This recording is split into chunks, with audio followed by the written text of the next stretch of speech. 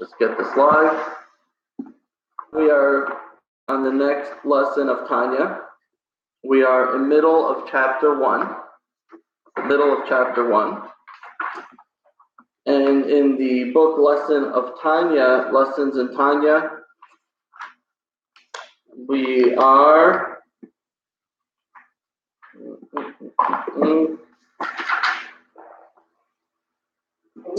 on page 40.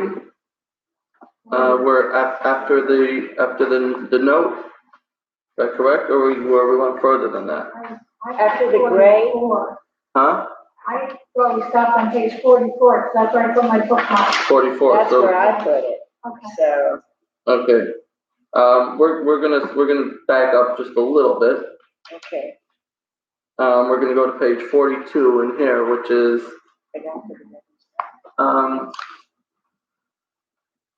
after a little bit past the note. However, the explanation of the matter. See what that is? Aspirin, explanation of the matter, as is found in Reb Chaim Vital wrote, Shar HaKedusha. Do you see that? It's on the bottom of page 42 in the old book. I'm not sure what it is in the new one. It would be a little further.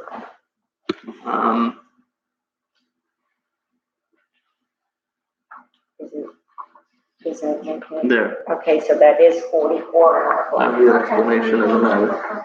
Okay. Linda, you have the new book as well? Yes. Okay. So,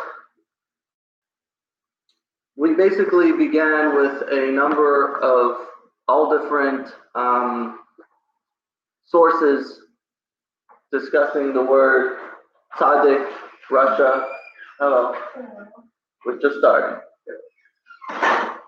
Tzaddik, Russia, Beinani, these are new terms that we're learning. And we're learning what these new terms mean. And this is giving us an insight to the language of Hasidus, the language of Tanya. So we now know that a tzaddik, what we usually knew until now, we thought a tzaddik means a good guy. A Rasha means a bad guy. Right? Rasha is wicked. Do you think of a wicked, a horrible guy, a murderer, a stealer, someone who is just doing awful things? And then you have a Beinani, which is everyone else. Someone that's not incredibly amazing, but someone who's also not awful. So that's a Beinani. Right? And that was the term that we basically were presented with the way it was until now. And as we said before, that is a borrowed name. It's a figurative term. It's not one that is actually a real term, but it's used in order to bring about judgment day. That when this individual is judged, when he goes up to heaven and God says, were you a tzaddik or were you a Rasha? So we're going to count your deeds and see. Well, let's see. Did you have more better deeds or did you have worse deeds? Were you overall a good person or a bad person? But we had a problem with that. We said, well, number one, what about Rabbah? He says, I'm a Beinani. How could he make such a mistake? Call himself a Beinani. You're saying he's a regular person who never even stopped studying Torah.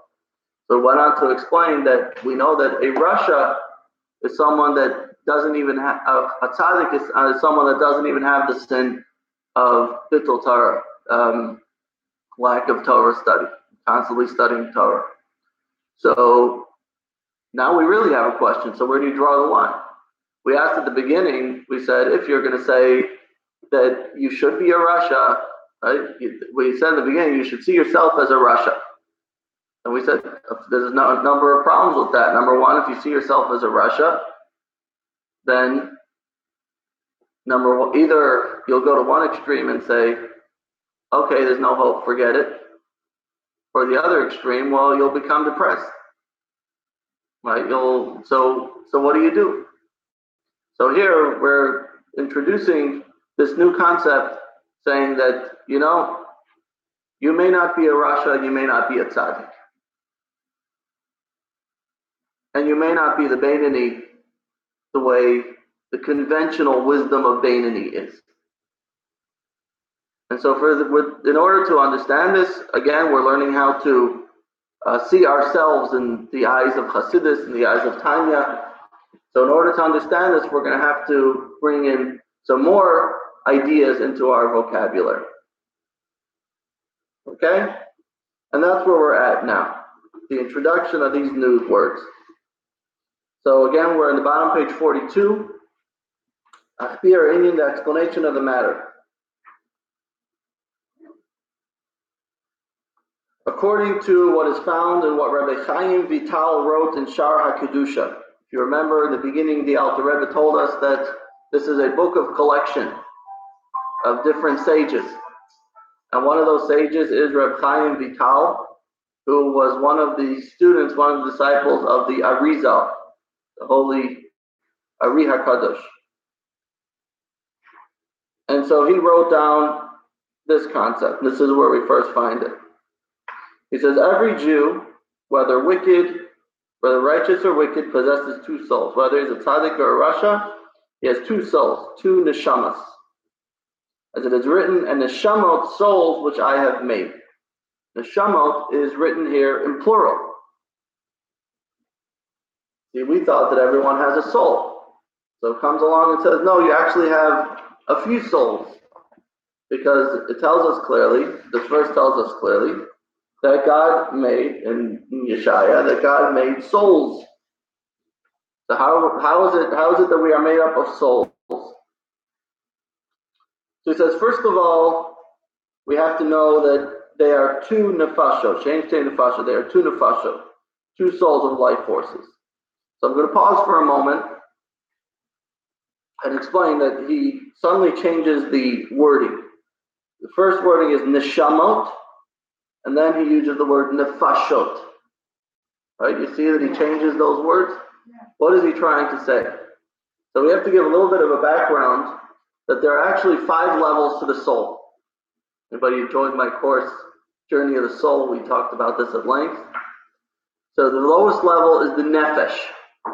The nefesh is the level of the soul. No problem.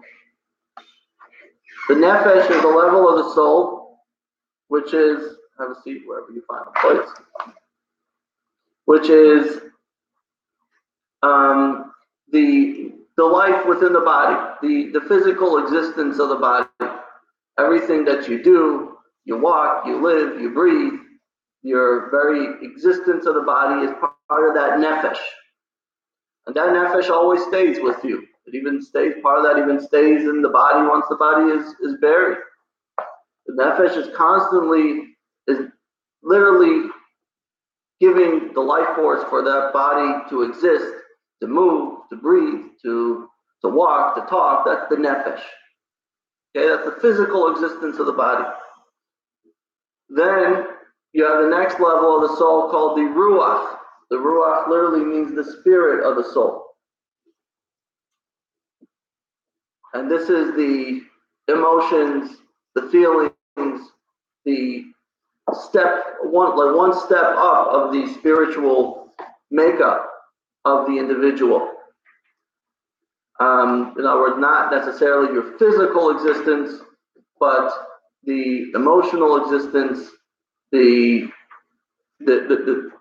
things that you are connected to, and in a level of your spirit. The next level is called the neshama, nefesh ruach neshama. The neshama is that which stands out in a human, his ability to understand, his ability to connect to higher, his ability to relate to things of deeper meaning, of deeper concepts, his ability to connect with the spirit or the divine on a intellectual level, a spiritual level, and that is essentially the level of neshama. And those are all 3 of those are actually connected to the body and enclose itself in the body while the body is alive. And finally, you have the Chaya and Yechida, which are two deeper levels of the body. That is the soul, which is essentially connected to God, and its deepest connection to God. And those you'll not necessarily feel on a day-to-day basis, but it will come out in times when one is maybe presented with a question of faith. You'll see that his level of chaya may come out to say that I am ready to give up my existence for my true existence, which is my godly soul. That's the level of chaya and yechida. On Yom Kippur, we're connected to the level of yechida, which is our true essential connection with God. That's why we have 5 prayers on Yom Kippur. The 5th prayer, which connects to our level of the soul known as the yechida. So this is our essential being, the chaya and yechida, but they're not ones that we always necessarily feel on a regular basis. So this is just an overview, and with this we now understand why he wants to change the term to nefashot. Because what we're here to explain is that there are two souls, which is 2 life forces that actually enclose itself in the body. If he was only to keep the term neshama, then that would make us think that we're referring to a higher spiritual soul. Come in. Give me one more chair here. Oh, there's a chair there. There's a chair there. But the fact that we are talking about a nefesh helps us understand that we're actually talking about a physical enclosement within the body. And so this is what we wanted to point out, the 2 nefashos, the 2 souls. And so now in the first chapter, we're going to introduce the first nefesh, the first soul, and in chapter number 2, we're going to talk about the second soul. And over here, he refers to it, the first soul, as nefesh achas, the one soul, originates in klipa and sitra achara. Again, these are 2 more words to go in your vocabulary. So now we just learned another word today known as nefesh or neshama, but for discussion purpose, we're going to learn the term nefesh today, and then the other 2 terms we're going to learn today are klipa and sitra achara. These are going to come to play later on in some of the later chapters, in chapters 6, 7. But in general, the literal meaning of the word klipa means a shell. A shell serves 2 purposes. Number 1, to cover and protect. And it also helps to reveal that which is there. So, for example, if you have a fruit, so you can have a shell which helps you identify what that fruit is based on what the look of the shell is, even though you may not actually eat that shell. So a shell actually covers and protects, and it also helps identify in a certain way. That's the idea of klipa. And it's important to note this because we have to understand that the klipa is not necessarily a bad thing. And because it's going to be used in somewhat of a negative connotation when we study Tanya. And anyone who studied Tanya probably seems to see it that way. But the idea of klipa means that this is anything that is not of within the godly perception is klipa. And so the truth is that everything that we see in this world, anything physical in this world, is klipa. It's a shell. It's covering up that godly existence, right? But at the same time, in certain ways, it also helps us relate to its godly existence. In certain ways, it helps us relate to its higher purpose. But we have to see that. And we're later going to learn that there's actually 2 levels of klipa. There's one which is called klipat noga, which we're going to talk about in a moment. Klipat noga is a shell which is a light. Literally, the word noga means it's a little bit of light. And that means that it is a shell that actually helps reveal in a certain sense. And then you could have the other one, which is shalosh klippas hatmeis, the three completely impure shells. And those are shells that at this point we can only relate to by breaking them.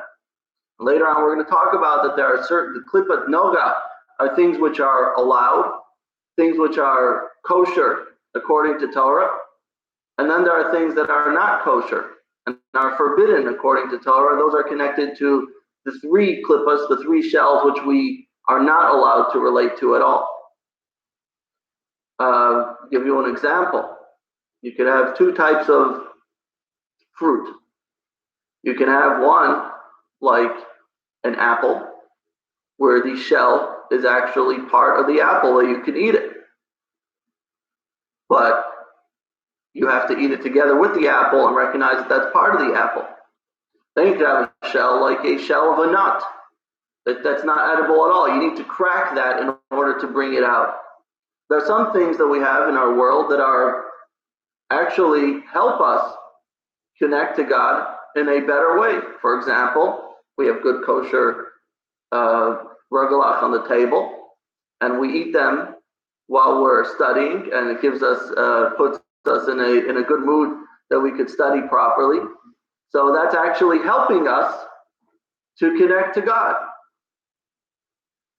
But if it was something that wasn't kosher, then that's actually separating us from God at that time, and that needs to be removed from our life. We cannot connect to that. Now, there is a deeper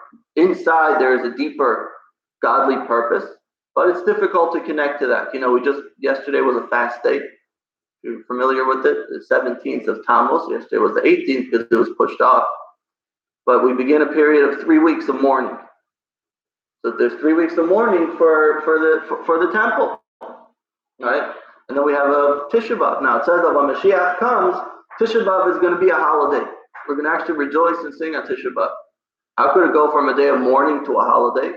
Because when Mashiach comes, we'll see that deeper, hidden, revealed, there's really a great purpose for these sad days. Nowadays, the only way to deal with it is to break it. We have to fast and break ourselves in this day. But when Mashiach comes, we'll actually be able to relate to it in some way.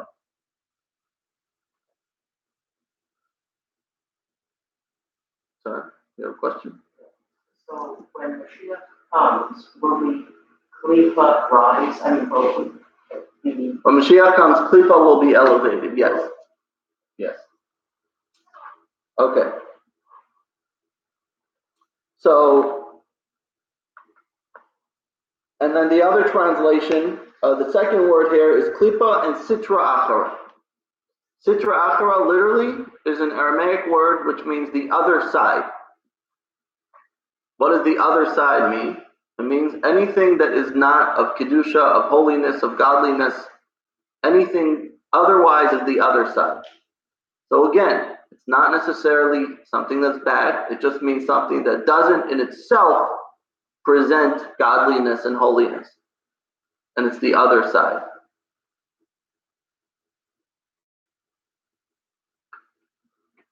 And so now we can get a understanding of what the level of the first nefesh is. We said the first nefesh is from Klipa and Sitra Achara.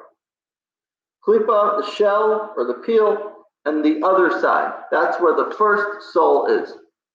What does this mean? This means that this first nefesh, this first soul, is actually on the outside, externally, not something that is of godliness and holiness. Let's continue on, 44. It is this nefesh which originates in the Klipa and Sitra Achra that is clothed in the blood of a human being, giving life to the body. It is written, for the nefesh of the flesh, i.e. the nefesh that sustains the physical and corporeal life, is in the blood. So what is your blood made out of? What is your life force, your energy made out of? It's actually made out of something which is klipa, which hides godliness, which is the other side, not something that is holy.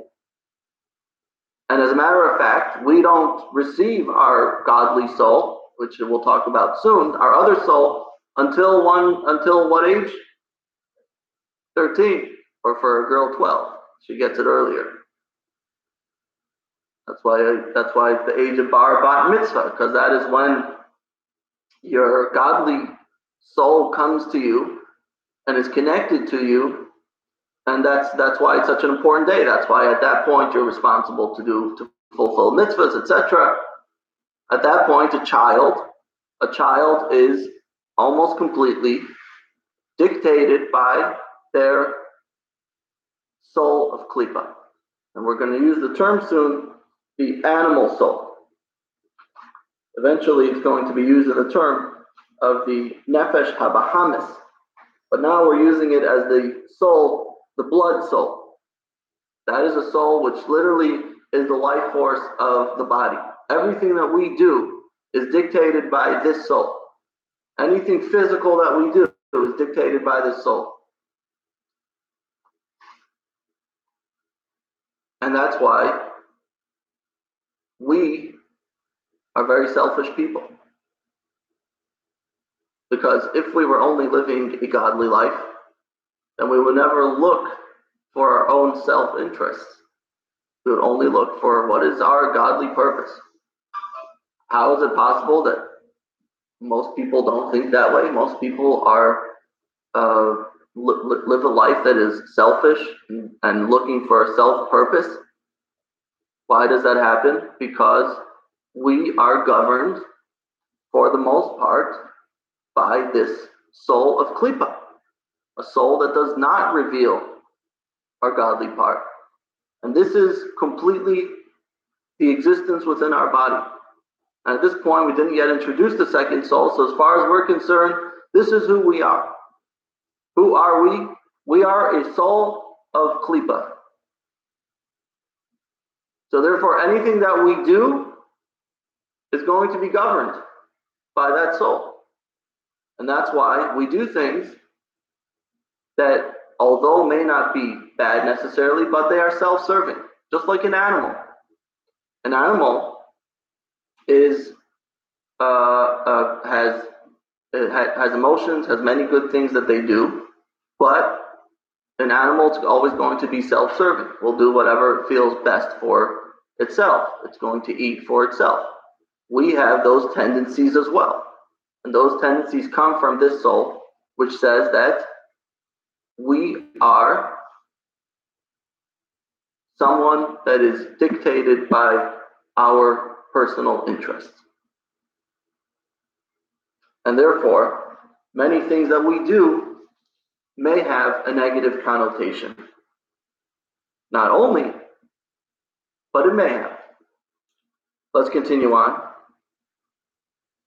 From this nefesh stem all the evil characteristics deriving from the four evil elements within it. What are the four elements? Fire, air, water, and earth. Did you read ahead? Partly. Okay, that's A fine. little bit, That's fine. but Fire. I remembered it from your other class. We talked about it. Okay, that's good. Right, very good, very good. So fire, air, water, and earth. This is the foundation of everything physical. Everything physical is made up of these four elements. That's why if you take a log, for example, and you burn it, you'll have a few different things that you'll see when you burn that log. Number one, you'll find the fire, right? And anything that's a fire element within that log is going to go up in smoke. It's going to go up in the fire, sorry. Then you have the water, the liquid element. There's moisture within there. Everything has a certain element of moisture. To a certain extent, everything has moisture. Everything has air. Everything needs oxygen. And everything has earth. And that's why you'll be left with, after that log is completely burned out, you'll still have that ash left over, which is the earth element. Yes? Why is it considered evil if it's something that was created air, earth, fire. I mean, God even showed himself at the mountain in a flaming bush. Right. Why would it be considered the elements themselves? Why would they be considered evil? No, we're not saying that the elements themselves are considered evil. We're saying that the elements of klipa, the evil elements, come from this soul. There are also 4 elements which are positive, godly elements that's connected to the other soul. Now we're only focusing on one side. Okay? The Hainu, namely, anger and pride emanate from the element of fire, which rises upwards. Now, it's actually, this is not, he doesn't enumerate this specifically, but actually pride is the element of fire that rises upward. Anger is the element of fire, which is heat. So you have heat and you have anger. The heat of fire is the anger, and then you have the pride element, which is the idea of rising upward. Now again, there is a godly side as well. There is a godly anger, there's a godly pride, but that's not what we're talking about right now. Right now we're talking about my selfish anger and pride. Selfish anger and pride all come from this particular soul.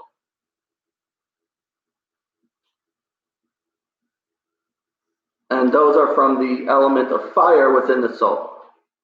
Then you have the appetite for pleasures, emanates from the element of water, for water promotes the growth of all kinds of pleasure-giving things. Anything of pleasure is water.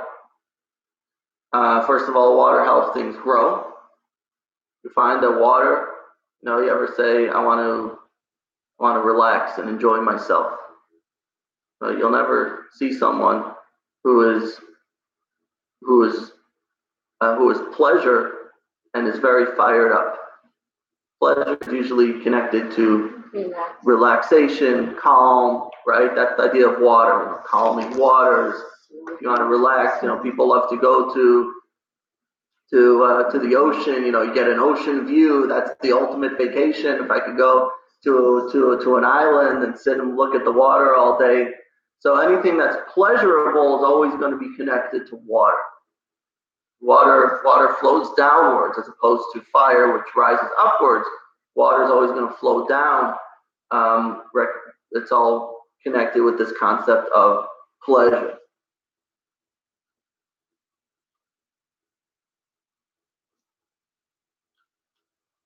So that is the second element, again, the element within this particular soul. Now again, we are talking about anything that is within self-interest of the soul. Anything that is me, anything that is for my enjoyment. Doesn't necessarily mean it's bad, but anything which is self-centered, anything that is about me, is connected to the soul. Next, frivolity and scoffing, boasting and idle talk emanate from the element of air. What is the difference between boasting and what we talked earlier about pride? What's the difference between boasting and pride? Why is one? Full of hot air. Full of hot air. So what's the difference? You say you're priding yourself, or you're full of hot air. One is connected with fire, one is connected with air. So pride means that you truly have something to be proud of. Maybe you have nachas from something. So, and again, it's nachas, pride from a good thing. If you have a kid who's graduating college, or you just got promoted or something, that's all that could be a good thing, pride. But again, that is a self-centered pride. Then you have boasting, which is someone, like you said, is full of hot air, which is not necessarily something that he truly has what to be proud of. And the same thing, scoffing and idle talk. All these things are about just air. Nothing of real meaning. Nothing of real substance. Exactly. Nothing substantive. And then you have finally sloth and melancholy, which emanate from the element of earth, anything that pulls you down. And whenever someone is feeling lazy or sad or melancholy, you need to know that those come from your soul as well, from your animal soul as well, because it's not letting you grow. It's not letting you become the person that you should be. Now, in this particular case, we're talking about negative traits. And in a moment, we're going to say even good traits come from the soul as well. Any questions so far? Okay. From this soul stem also the good traits inherent in every Jew's character, such as compassion and benevolence. Talmud tells us that every single person has three things: Rahmanim, Gemilas Chasadim. There's another one that's included here. There's another one that the Talmud says not included here, by Shanin, which means you are shy. So that's not necessarily a trait that we want to point out here. But it says every Jew by nature has these three things: shy, compassionate, and benevolent. To the extent that we say that if someone doesn't have those, we can question their identity as being a Jew. And therefore you'll find many times that there are things that are, sometimes just the sort of Jewish traits that, you'll expect to see a Goldberg or a Horowitz in certain areas leading certain things. And sometimes it will play out also in ways that may not be so good. For example, you have Jews who are trying to do very charitable things. Somebody. Who may want to do very charitable things, and it may not always be good. For example, you have Jews leading the BDS movement, and they're thinking that they're being very compassionate, right, to suffering Palestinians, and they truly think that way, and they truly think that they are being compassionate because it's something that is natural within within the nature of every Jew. And that's why you'll find that Jews will generally, you find Jewish people are very charitable because of this element of compassion, even though it may be something that's a charity that's completely out of whack, but they'll want to do something that's good. And that's the idea of compassion and benevolence. So you're saying that those come from this lower nefesh as well? Correct. So even again, things that are self-centered come from that, come from this soul, because you're doing it because you feel good doing it. I once heard a very big philanthropist in Chabad. This is going to become relevant in a moment as well. George Rohr. I don't know if you ever heard of him, but he's a very known philanthropist in Chabad, and he gave millions of dollars to Chabad on campus and other organizations. And I once heard him speak. I was by a convention in New York, and he was speaking there. He was a guest speaker, and he says, many people use the term philanthropy. He says, but if you actually look at what philanthropy means a person's desire to be kind. That's basically what the original words mean.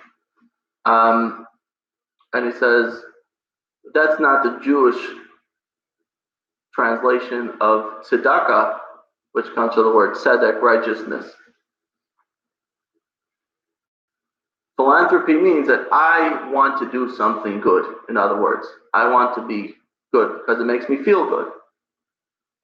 So if you're doing something because it makes you feel good, so that is a good thing. It's a good thing. We're not, God forbid, saying it's a bad thing. It's a good thing. But it's a good thing that is for yourself. Right? If someone says, I really feel good when I go visit people in the hospital or nursing homes. It really makes me feel, so special when I'm talking to these people and I'm inspiring these people. Okay, would you do it if you hate it? Okay, so then that's a different story. But if you're doing it only because it makes you feel good, so then that comes, again, I'm not saying not to do it. Of course you should do it. But that is the only point we're saying here is that's coming from this soul, the soul of Klippa. It's very hard to separate.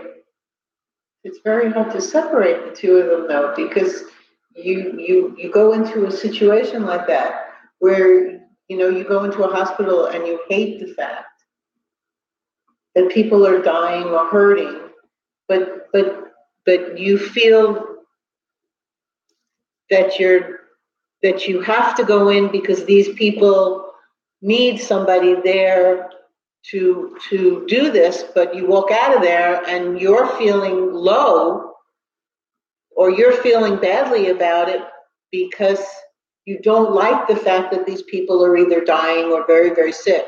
Well, So how do you separate, how do you separate the selfish from that's terrible. Right. I hate to walk into a hospital. Right. So sometimes there is a very fine line. And sometimes I've actually found on a personal level that the things that I really don't want to do are sometimes the most rewarding. So, but when I do it, am I doing it because I know that it's going to be rewarding afterwards, or is it because because it needs to be done? And again, we're not saying not to do it, guys. That's not the point. We're talking just in order that we should understand these two souls, because we have to understand. Because again, let me just explain something here before we continue on this discussion. We're not here to say at this point what's right and wrong. That's not what this is about. What this is about is learning a new language, a new vocabulary called the two souls. And this Tanya is a tale of two souls. And that's what it is. It's about the constant struggle between our two souls. But we need to understand that when we talk about two souls, we're not talking about two inspirations within us. It's not the way we usually look at. You usually hear the term Yetzer Hara and Yetzer Tov, which means a good inclination, evil inclination. That's not what this is. This is not a good inclination, evil inclination. Those are offshoots from each of the souls. The point over here is that we are literally living two identities, two completely different identities. And until a person realizes that, they cannot truly understand what your inner struggle is about. Because if you only think your inner struggle is about, am I doing good or doing bad? Am I doing right or doing wrong? Then you're always going to be stuck at the end, because you're gonna end up with a big question. You know what that big question is? Very good. What am I here for? If I'm constantly struggling my whole life, why can I never overcome it? That's a huge, huge question, which is going to be answered later on in Tanya. But what you need to understand is you cannot change who you are, at least on a basic superficial level. You can't change who you are, because God did not make you a tzaddik. God did not make you perfect. When you realize that your identity is made up of two completely different characteristics, then you'll know that your struggle that you're having is one that's not your fault, but it's one that God is giving you as a challenge. And this is why Tanya is so powerful. Because Tanya tells you, you're sinning, you're struggling, you're having a hard time, you're not seeming to overcome your challenges. Every day you're walking into these constant challenges. These are things that we hear today. The most affluent individuals are going and hanging themselves. Why? Because of inner struggles that they have. And had they learned Tanya, perhaps, then they will learn that the inner struggles doesn't mean that there's anything wrong with you.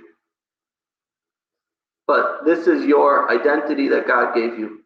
And this is your identity that you are meant to work with and to deal with. And the fact that you don't overcome it and that you may be challenged with it every day, that's okay. Because you are made up of two parts. And you're not going to change that part at all. Yeah. In my opinion, listening to what you said, it's a matter of attitude. If you're going to go into a hospital room, or if you're going to do it on a usual basis to go in, you can't go in to satisfy yourself. You have to go in understanding that person may get some strength and that you're there, and you're not passing judgment on them, and you're not being compassionate to them. You're being a tool that they could use to feel better. Okay, well that's very easy to say, but that may not inspire. That may not be enough to inspire someone to go and do what they have to do. What I'm saying is that's the attitude. Well, I'm not saying it's easy. that is a attitude. Right. Okay, yes. So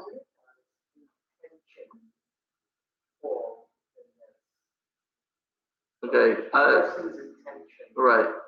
So there's about 10 chapters that are dedicated to intention and whether or not intention is important. And I'll just give an overview because I'm not going to make you wait till the 20s, because that could be years from now. And it's actually something that the Alter Rebbe goes back and forth about. Is intention important or is just action important? Intention, action. And basically, he comes to the conclusion that the ultimate is the action, but intention helps that action be elevated. So both are true, but ultimately it's the action. Yes. Okay, so what is it, where does it fall when you know it's a need and it has to be done? I mean, like, for example, my cousin's in a nursing home, so I go up every day, because it's a need, she needs somebody to, where does that fall into? Of course you have to do it. I mean, I don't mind doing it, is what I'm saying, I don't. Of course you have to do it, but again, over here we're not talking about whether or not to do something. That's not the point here. The point is not whether or not you should do something good. We're just saying that you should know that there are good attributes that you may think is coming from your godly side. Know that that's not necessarily the case. Doesn't mean you shouldn't do it. That's not the point. For example, there's a mitzvah to eat on Shabbos, right? There's a mitzvah to eat every day. There's a mitzvah to eat kosher, right? It's a mitzvah in the Torah to eat. Now, let's not talk about Shabbos. Let's talk on a regular day. If you're eating, so that's something for my own body interest, right? So should I therefore not eat? No, that's not the point. The point is to recognize that that is for your body interests, and now use that for something of a higher purpose. To study, to learn, to have energy to go to do a mitzvah or whatever it is. Work. Is work a good thing or a bad thing? A work is not a godly thing. Work is klippa. But you use that work for good things. You use it to give tzedakah. You use it to inspire others. You use it to teach others. So we're not saying that you shouldn't do it. We're just saying you have to learn the language. Again, this is just chapter 1. We're just putting out there the language. So he's saying, realize that there are negative that comes from the soul, but it's not only negative. Also good things come from the soul. But if you think that's shocking, you'll see what's even more shocking soon. So the point over here is, let's read again. From this soul stem also the good traits inherent in every Jew's character, such as compassion and benevolence. For in the case of the Jew, the soul of Klippa is derived from the Klippa called Noga, which also contains good. Okay, we're going to talk about these different levels of Klippa later. But again, put this into your vocabulary. Klippa means something that's not godly. There is a Klippa called Noga, and then there's the other worst level of Klippa. This Klippa is from the esoteric tree of knowledge, which is comprised of good and evil. Why was it so bad for Adam to eat the tree of knowledge? Because he introduced the idea of evil into the world. Until then, there was only good. The world was of perfection. Everything, even physical, clearly and openly saw its godly existence and purpose. Once he ate from that tree of knowledge, he now brought about this concept of not openly and clearly seeing its godly purpose. And that's the idea of the tree of knowledge, where there is good and evil both existent here.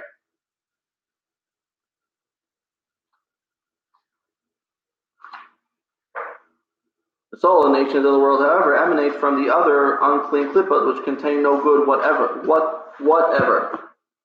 And this is talking about the souls of the nations. There are the Chasidi Umas Ha'ilam, there are the righteous of the nations. This is referring to most, not referring to all.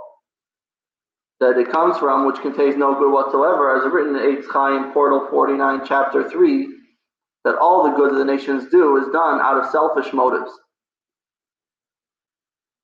So they may be very charitable, but it's with a selfish motive. That's exactly what I said. In a way, when you go in, you have to go with the right attitude. You're helping that person. Okay.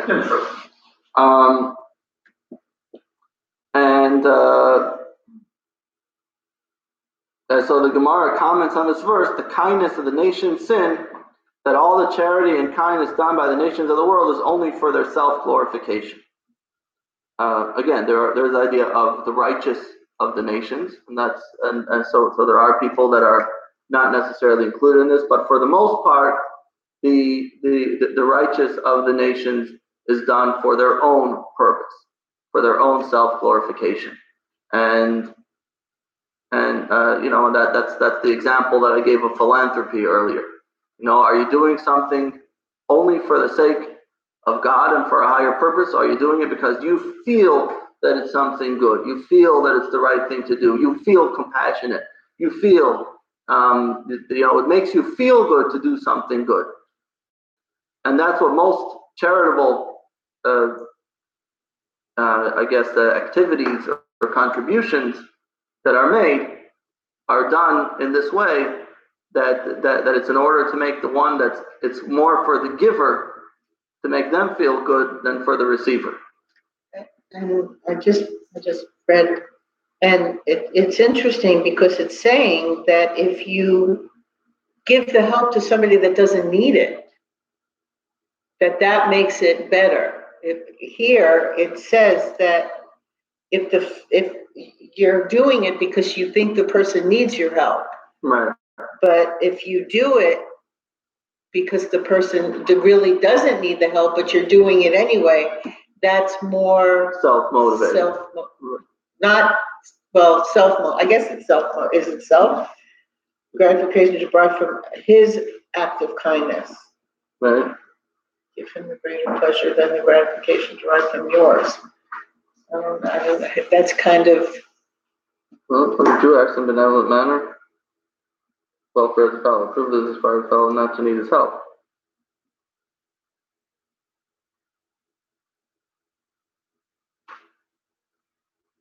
Self-serving motive and desire for self-glorification, gratification, and then, okay. So you're saying that if someone doesn't need it and you're still doing it, then that's a lack of self-glorification. Right. So, Who will accept, some people won't even accept help if they don't need it. right, I just want to share a story about this last line, which is obviously, this is perhaps one of the most provocative lines in Tanya. And by the way, this is not a Tanya line. This is taken from the Talmud. He's just quoting it from the Eitz Chaim. He's just quoting it here, but it's clearly a very provocative line. And the Alter Rebbe was arrested, as you know, and he was interrogated for many of the things that he did, for many of his activities, and they knew who they're arresting. They knew who he was. They were very knowledgeable in everything that was going on. And one of the things that they did is they read thoroughly through the Tanya, and they asked him many questions about the Tanya, many very esoteric, deep questions that are discussed here. And they asked, why do you say this about God? Why do you say that about God? Many questions. And they interrogated him for hours and hours and hours. If I'm not mistaken, I think it was 22 main questions that they asked him. And there were two questions that he didn't answer. One of them, he just sang a song. And then you had this question that they asked him, how come you write this in Tanya? Isn't that insulting? And he said, look, he said, I'm sorry, he didn't say anything. He just smiled. He was basically telling them, do you really want me to explain? I explained to you everything else. Do you really want me to explain to you this part of Tanya as well? So he just smiled to them and they were silent afterwards. Again, this is not referring to all nations, but it's there are the righteous, and of course, there's the concept of converting to Judaism, and that's when you have a soul within you as well, with the interest of converting. But in general, as a general rule, most of it is self-motivated, and you find very little of kindness that is done without a self-motivation there, without a self-interest.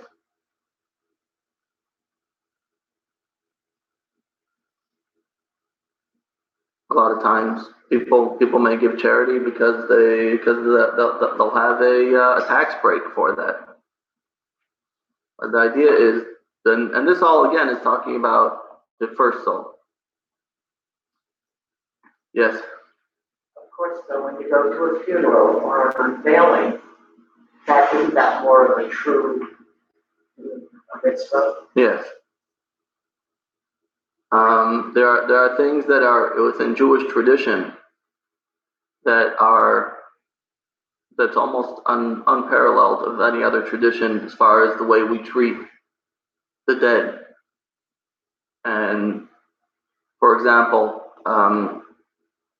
we make sure to make a burial right away. We make sure to wash the body, to do a tahara, purification of the body. There are certain ways of dressing the body where in other traditions, these are things that we won't, so to speak, bother people to do. You just let the funeral home do their thing, and then you have the priest or whoever come and take care of the burial. In Judaism, there are things that we have to do that you say, what is the point? This is a dead body. What is the point of these things? Do you really care how this individual is going to be washed or dressed? But in Judaism, we're very specific about those type of things. When I'm asked to do those type of things, to be honest, I hate it. I don't want to do it. But I know I just have to, especially if there's no one else to do it. Other people want to join the Chevra Kadisha, you can let me know. Well, you asked that already, and there were several people. Yes, there are some that are ready to do it. And God willing, we'll have someone, and I've talked to someone in the near future, hopefully will come and educate people about how to do it. I think that the reason why is, again, I always make my opinions. The reason why such attention is given to, for instance, the burial, as you just described, is because how you treat them is how you treat everything else. And so the lesson is to always take the right road in treating with people and treating with whatever. It's demonstrated in how you treat a dead body. And it makes that road that you go down like that. Again, that is a reason. That's right. Not the reason, but that is a nice lesson as well. Okay, we have a few more minutes, so we'll continue on the next chapter. And that is the Nefesh Hashemis, the second uniquely Jewish soul is truly a part of God above. Now, the Nefesh Hashemis is called over here the second soul. The second soul, why is it called the second soul? Because, first of all, it's the second of the two being discussed, but moreover, the second soul is the second one that enters the body. We said that most people don't fully get the soul until their bar mitzvah, and may start to come in slowly, but it's the second one. The first soul is referred to as a melech zaken uchsil, an old silly king, and this one is referred to as the young one, the one that's just entering, the newcomer, right? And this again makes it even more challenging to know that your godly soul is a newcomer. It has an uphill battle. It's not aside from the fact that it's far from your natural tendencies, but this soul is made up of it's new. It's one that's a new arrival. But what do we say? I'm going to ask you. If you see over here, we talk about the part of God above. Part of God above. That's not really the true translation here. It means a part of God above, that then there's another word there, mamish. Chelik elokam mimal mamish, which means it's absolutely, truly. Here he translates it as truly. It's absolutely a part of God above, which this essentially is presenting a dichotomy. You're saying it's a part of God above, but then you're saying that it is an actual existent soul within you. So, in other words, your makeup of this soul is that you're a godly soul, a higher soul, but a soul that is within a physical body. And it's actually there. It's true. In other words, it's not a superficial or esoteric soul, but it's one that is actually part of you, but at the same time, it's part of God above. Yeah. So in the Torah, it says, Bereshit, God blew into. Right, that's Vayipagatum Nishmat Chaim. Right. He blew into your soul, blew into your nostrils. And that again is the idea of the nefesh, which all humans have. Over here we're talking about another level, the part of God above. And as you mentioned, that line which you said is actually the next line here. As it is written concerning Adam, whose soul's comprehensive one, neshama klalit, containing all particular souls, subsequent generations, and he blew into his nostrils a soul of life. We say in our prayer concerning every individual Jew, you blew into me. So what is the idea of blowing? What is the idea of blowing? The idea of blowing is It says, written in the Zohar, he who blows, blows from within him, that to say from the inwards and his innermost being. For the inward and innermost vitality that a man emits through blowing with force. What is blowing tires? It's not referring to tires. Blowing tires a person. I read that for a second and I said, what are we talking about? Blowing tires. It wears you out. Right. If you have to pull your tire up, you're in trouble. Right. So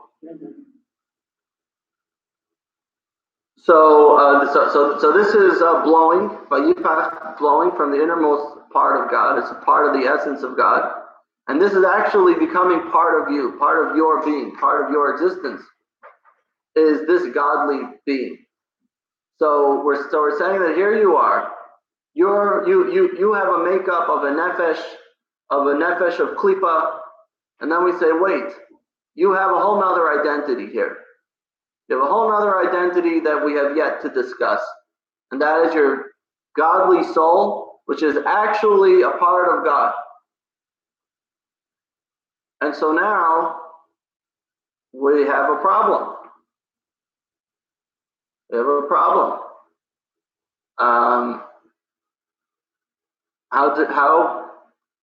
What happened? What are you really made up of? Who really are you? First we say you're a self-centered soul, and then we say that you're a godly soul. And obviously they don't work. When you say you're a godly soul, it means that your entire purpose of this soul is the innermost, deepest part of God, like God blowing, saying this is really a part of me. Well, how are you able to exist that way? So you're saying I'm me, but I'm also not me. I am myself, but I also have a higher self. And again, we're not saying that it's something esoteric and beyond. Rather, it's mamish. It's actually part of us. And this is the back and forth dichotomy, which we'll be talking about in Tanya, about how to deal with these two souls.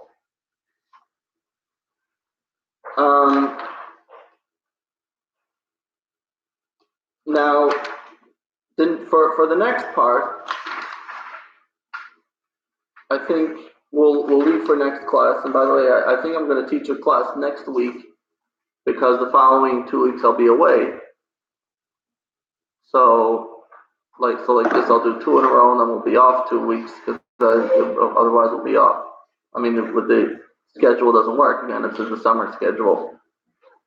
But then we're going to present a question that if you're saying that everyone is part of God, then how could there be different people? How could it be different levels of people? How could you say one person is a Beinoni, one person is a Rasha, one person is a Tzaddik, if everyone has a godly soul? Right? If everyone is so pure and holy, how could it be that there are Jews that sin? If you have this makeup of this godly soul, how could people sin?